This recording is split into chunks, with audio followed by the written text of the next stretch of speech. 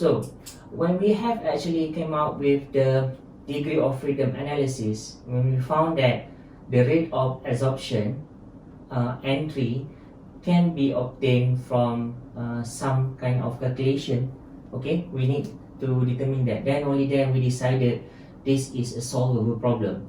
So if you could remember, what are the mass balance equation? The first of all is we have 100. We have to assume that our N1, we take the N1 is 100 mole per hour, okay, as a basis, as a start. And then we have 100 mole per hour coming into the adsorption tower, and then we have some amount which is left out, some amount is being absorbed, which is water, some amount of water being absorbed, and then you know that some amount of water and dry air went out from the tower. Okay, so we have one of these as one equation. The second equation that we can develop is, we call it as the water mass balance. Okay. Now we have 0.04, okay, water from the initial amount, because it is 4% times with 100, and then it is equals to some amount of the water, which is N3, that has been absorbed by the absorbent, plus with the X1 and 2. So what is X1? That is the mole fraction in the outlet gas, okay, some amount that is not being absorbed here. So this is the second equation. And then let's look at the dry air mass balance. Okay, so here we have so this is 0.04 times 100, okay, 0.04 times 100 equals to N3 plus X1 N2 as equation number 2, and then we have 0.96 times 100, okay, equals to 1 minus X1 N2. So this is our third equation here. What is our fourth equation? That we said just now, we need 4 equations in order for us to solve 4 unknowns.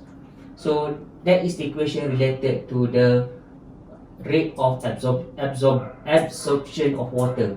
So that is N3. N3 is actually 97% of the water is being absorbed. So you know that this 0.97, okay, multiply with 0.04 times with 100. So when you solve this, you should be able to get your N3 is equals to 3.88 mole per hour.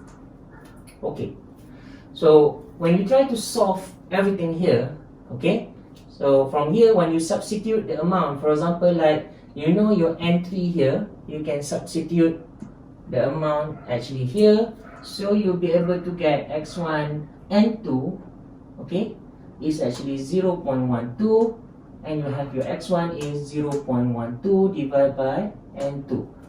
So you take this particular amount and then this particular value, and then you substitute here. Okay, you substitute here, then you'll be able to get your N2, which is equals to 96.12 mole per hour.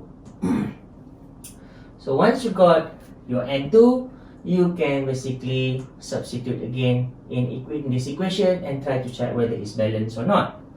But remember that we are taking the basis of 100 mole per hour.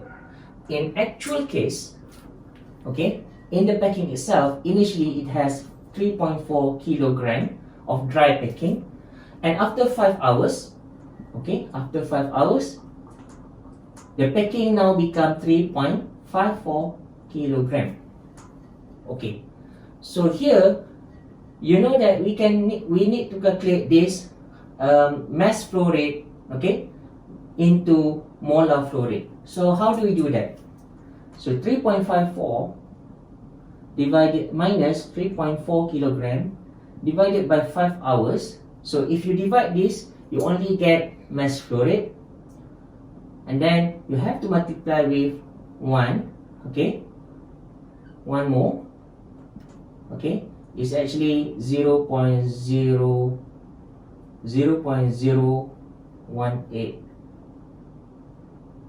kilogram H2O.